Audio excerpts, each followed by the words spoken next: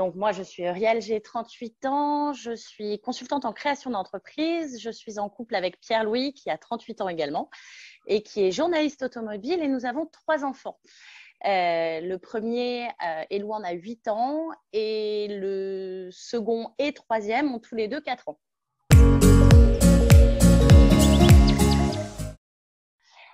On habite à 30 km de Paris, dans une petite ville de 6 000 habitants. Alors, on accueille des au-pairs depuis la naissance des jumeaux. Donc, il y a 4 ans. Les raisons pour lesquelles on l'a fait sont à la fois idéologiques, je dirais, et puis très pratiques. Dans le sens où, quand on a eu les jumeaux, on a déménagé, on s'est éloigné de nos lieux de travail. Et on avait envie de toute façon d'accueillir quelqu'un avec une culture différente. Je trouve ça intéressant pour les enfants, culturellement parlant, et puis en termes d'ouverture. Et puis, la raison très pratico-pratique, c'est que c'est moins de stress. Parce que comme on travaillait très loin de notre travail, l'idée qu'il y ait quelqu'un de toute façon pour récupérer les enfants si jamais je ratais le train me rassurait beaucoup. Je comprends. Voilà. Donc, on a faire face aux imprévus ou autres contraintes voilà, de la vie quotidienne de beaucoup de familles. C'est-à-dire que à la naissance des jumeaux, ils étaient tout petits, donc notre au-pair n'était pas censé les garder. Donc, on faisait en sorte qu'elles ne soient pratiquement jamais seules avec eux, parce que 2 bébés, ça fait beaucoup quand même. Oui. Mais ça nous permettait déjà d'avoir de l'aide. Avec 3 enfants et 2 travails très prenants, c'est pas négligeable. Et puis, qui est toujours voilà, cette alternative-là. On n'a pas nos familles à proximité. Et on savait que si jamais il y avait un problème de train, si jamais il y avait le matin, ça permettait que l'au-pair puisse en emmener un pendant qu'on emmenait les 2 autres, etc., etc. Ça permettait plus de souplesse, en fait. On a eu 3 au-pairs. La première était une jeune femme de 28 ans qui était mexicaine et qui est restée 1 an avec nous. Ça s'est très bien passé. L'avantage, c'est quand même qu'elle avait 28 ans et que les jumeaux avaient 6 mois quand elle est arrivée. Donc, elle avait quand même de l'expérience et elle était plutôt à l'aise. À la suite du départ d'Alice, nous avons accueilli Emilio, un jeune homme de 19 ans qui était mexicain également, qui est resté 1 an avec nous, y compris pendant le premier confinement. Et puis, après le départ d'Emilio, nous avons accueilli jusqu'à tout récemment, Balázs, un jeune Hongrois de 25 ans. Donc, on a réitéré l'expérience masculine. D'accord. En fait, ce qui s'est passé, c'est que instinctivement, c'est vrai que la première jeune femme, c'était des jeunes femmes qu'on nous avait présentées, donc on ne s'était pas posé la question. Et puis, après le départ d'Alice, on nous a proposé un garçon. Et on s'est dit pourquoi pas. Et l'expérience a été très bonne également. Pour autant, c'était un jeune homme qui venait d'un milieu social très aisé. C'était la première fois qu'il quittait ses parents et qui quittait sa gouvernante. Donc, ça a été, il a fallu pas mal d'adaptation. Donc, c'est vrai que lorsqu'il est reparti après 1 an, parce qu'il est reparti après 1 an, la demande que nous, on a faite pour accueillir une nouvelle personne n'était pas forcément une question de genre, mais c'était plutôt une question d'expérience, d'autonomie. Et c'est vrai qu'on a rencontré Balázs qui, lui, avait 25 ans, avait déjà des expériences professionnelles au préalable et qui était avec je dirais un environnement social très différent puisque c'était le 5e d'une famille de 6 enfants. Donc, habitué aux grandes familles. Donc, habitué aux grandes familles et habitué aussi à pas avoir les 2 pieds dans le même sabot. Pour répondre à la deuxième partie de votre question, les avantages d'avoir un garçon, j'en vois 2 et 2 importants. Le premier avantage, c'est que on a plus de choix.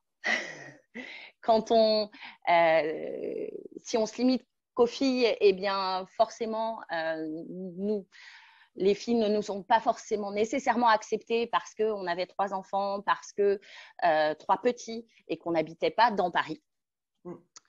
Alors que c'est vrai que les garçons, ils ont plus de difficultés à trouver une famille et bien, ça permet quand même d'avoir un champ des possibles beaucoup plus ouvert. Et le deuxième avantage très important, c'est que je crois qu'un garçon, c'est pas forcément intuitif d'être au pair pour un garçon. Donc, s'il fait la démarche, cette démarche-là, c'est une démarche d'autant plus motivée, d'autant plus volontaire et que on sait qu'ils ne font pas ce choix de manière inconsciente. Ils savent qu'ils vont s'occuper des enfants, ils y ont bien réfléchi avant de faire la démarche et que ils sont là en connaissance de cause. Ça peut être le cas pour des filles aussi, hein, mais je dirais d'autant plus pour des garçons parce que c'est pas… Ils doivent, effectivement, on parle parfois comment dire, d'équilibre des genres, mais là, dans l'expérience au pair, les garçons sont souvent lésés et nous, on constate effectivement qu'ils redoublent de motivation et ils redoublent de preuves pour montrer qu'eux aussi sont capables d'être de bons au pair. Donc, je pense que vous avez tout à fait raison en disant que… D'autant plus, c'est que leur démarche est beaucoup moins intuitive et spontanée, je dirais. Un garçon, on va lui poser la question, même dans son environnement familial, mais pourquoi est-ce que tu veux t'occuper d'enfants et pourquoi est-ce que tu veux être au pair? Donc, c'est quelque chose qui a été éminemment réfléchi pour eux. Et puis souvent, ils ont eu plus de difficultés à trouver une famille, donc ils ont eu le temps d'y penser et le temps d'y réfléchir pour ne pas…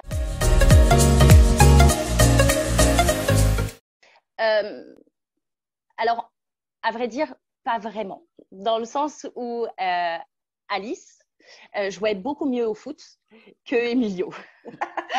D'accord. Et la connexion, elle s'est vraiment faite en fonction, non pas de leur sexe, mais en fonction de leur approche, de leur expérience des enfants.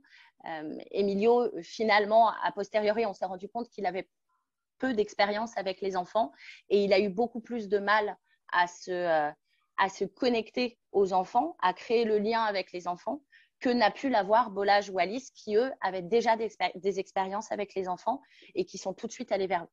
Donc, non, je ne pense pas que ce soit une question de sexe, c'est vraiment une question de personne. Je crois que de toute façon, accueillir quelqu'un, quel qu'il soit, chez soi est une super expérience. Le fait d'accueillir des garçons, je pense vraiment que ce n'est pas une question de sexe, c'est plutôt une question d'âge. Moi, en tout cas, les expériences que j'ai eues, qui ont été extrêmement différentes, c'était plutôt une question d'âge, une question d'expérience professionnelle aussi, et une question de caractère. Dans les 3 cas, ça s'est extrêmement bien passé. On a des nouvelles des 3 régulièrement.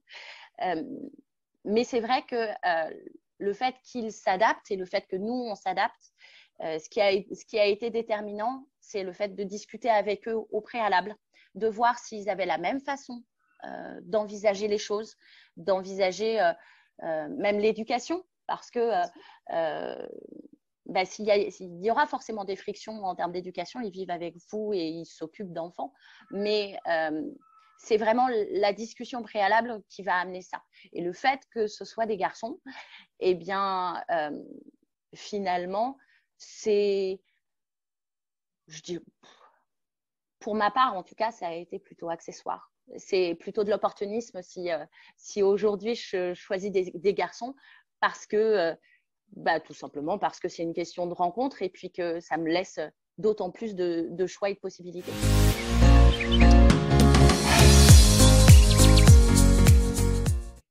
Merci beaucoup, Auriel, pour ce témoignage. Voilà, on vous souhaite de poursuivre encore cette belle aventure dans les prochaines années. Ce sera le cas, on sait que vous êtes encore très en contact avec vos au-pairs et qu'ils suivent leur parcours et ils ont grandi probablement grâce à vous. Donc, L'inverse est vrai aussi. l'inverse est vrai aussi. Et c'est vrai que ça apporte beaucoup aussi aux enfants de voir des jeunes de cultures différentes et qui leur ouvrent aussi l'esprit sur d'autres choses. Bah oui, Merci oui, oui. Et puis même à nous. Merci à vous.